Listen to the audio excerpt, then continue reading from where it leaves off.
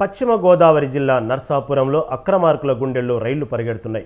Municipality అధికారులు కొరడా ఝుళిపిస్తుండటంతో హడలెత్తిపోతున్నారు. ఇన్నాళ్లు ఆడిందే ఆట పాడిందే పాటగా సాగిన అక్రమ దందాపై అధికారులు ఉక్కుపాదం మోపడంతో యథేచ్ఛగా సాగిస్తున్న దందాకు కళ్ళెం పడింది.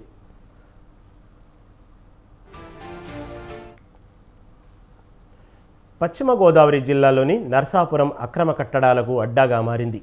రాజకీయ నేతల పలుకుబడి అండదండలతో యథేచ్ఛగా సాగిస్తున్న దందాపై మున్సిపాలిటీ అధికారులు ఉక్కుపాదం మోపడంతో బెంబెలెత్తిపోతున్నారు అక్రమార్కులు.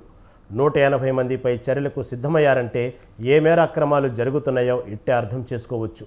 అయితే మున్సిపాలిటీలో భవనాలు నిర్మించాలంటే అధికారుల పర్మిషన్ కంపల్సరీ. అలాంటి అనుమతులేమీ లేకుండా రాజకీయ పలుకుబడిని వాడుకుంటూ అక్రమ కట్టడాలు నిర్మిస్తున్నారు. గత 5 ఏళ్లుగా ఇదే తీరు సాగింది. అయితే ప్రభుత్వం మారటంతో ఇప్పటిదాకా ఒక లెక్క, ఇప్పుడు మరో లెక్క అన్నట్టుగా మున్సిపల్ అధికారులు కొరడా ఝుళిపిస్తున్నారు. అక్రమ కట్టడాలకు ఉక్కుపాదం మోపుతున్నారు. దీంతో ఒక్కొక్కటిగా అనుమతులు లేని నిర్మాణాలు బయటపడుతున్నాయి. దీంతో చర్యలకు పూనుకుంటున్నారు ఆఫీసర్లు.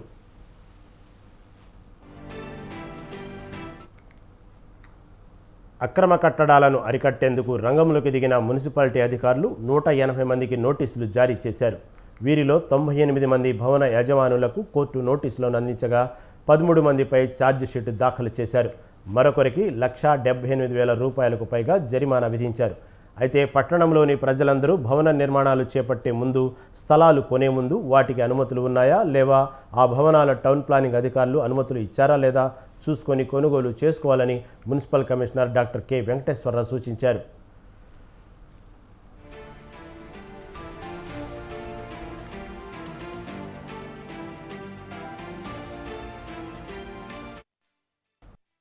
మున్సిపాలిటీలో అనేక కట్టడాలు జరుగుతున్నాయి. ఈ కట్టడాలు ఏమి కూడా ఒక ప్లాన్ ఇంప్లిమెంట్ చేయకుండా, ఆర్డర్స్ లేకుండా కేవలం అధికారులు, ఈ రాజకీయ నాయకుల యొక్క వెనుకొండి వ్యవహారం చేసి ఈ కట్టడాలని నిర్మాణానికి ఆ పర్మిషన్ ఇస్తున్నట్టుగా అనిపిస్తుంది.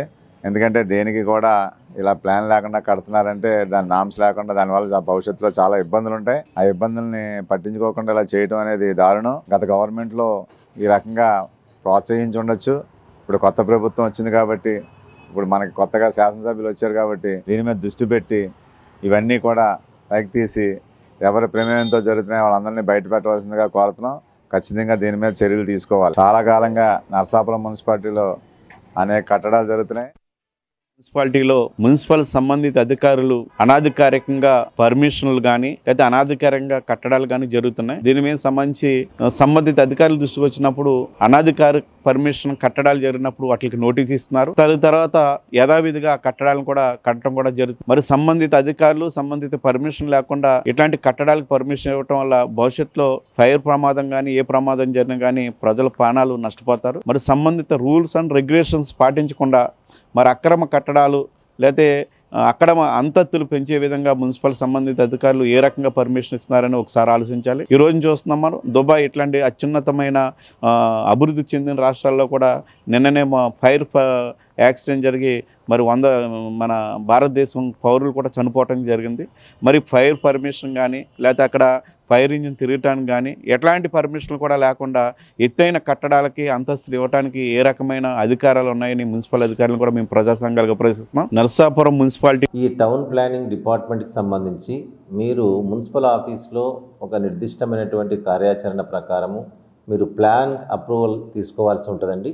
చాలామంది ప్లాన్ అప్రూవల్ తీసుకోకుండా ఏదో పొలిటికల్ వాళ్ళ యొక్క సపోర్ట్ తీసుకొని ఇంకోటో బిల్డింగ్ కట్టుకుంటే దానివల్ల మీకు ఎంత నష్టం అనేటువంటిది మరి ఈరోజు మేము ఇలాంటి కన్స్ట్రక్షన్ చేసుకున్నటువంటి వాళ్ళని వెంటనే వాటికి సంబంధించి చాలా అక్రమ కట్టడాలు అంటే డీవియేషన్తో కట్టినటువంటి కట్టడాలు ఇట్లాంటివి గమనించి దాదాపు 181 భవనాలకు సంబంధించి తాకీదులు జారీ చేశాం.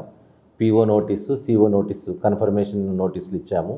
మరి ఈ నోటీసులు ఇచ్చిన తర్వాత దాదాపు వీటిలో ఒక 98 భవన యజమానులకు మేము ఛార్జ్ షీట్ అంటే కోర్టులో కేసులు ఫైల్ చేశాము. 98 కేసులు నమోదు చేశాము. ఈ టౌన్ ప్లానింగ్ డిపార్ట్మెంట్కి సంబంధించి మీరు మున్సిపల్ ఆఫీస్లో ఒక నిర్దిష్టమైనటువంటి కార్యాచరణ ప్రకారము మీరు ప్లాన్ అప్రూవల్ తీసుకోవాల్సి ఉంటుందండి. చాలామంది ప్లాన్ అప్రూవల్ తీసుకోకుండా ఏదో పొలిటికల్ వాళ్ళ యొక్క సపోర్ట్ తీసుకొని ఇంకోటో బిల్డింగ్ కట్టుకుంటే దానివల్ల మీకు ఎంత నష్టం అనేటువంటిది మరి ఈరోజు మేము ఇలాంటి కన్స్ట్రక్షన్ చేసుకున్నటువంటి వాళ్ళని వెంటనే వాటికి సంబంధించి చాలా అక్రమ కట్టడాలు అంటే డీవియేషన్తో కట్టే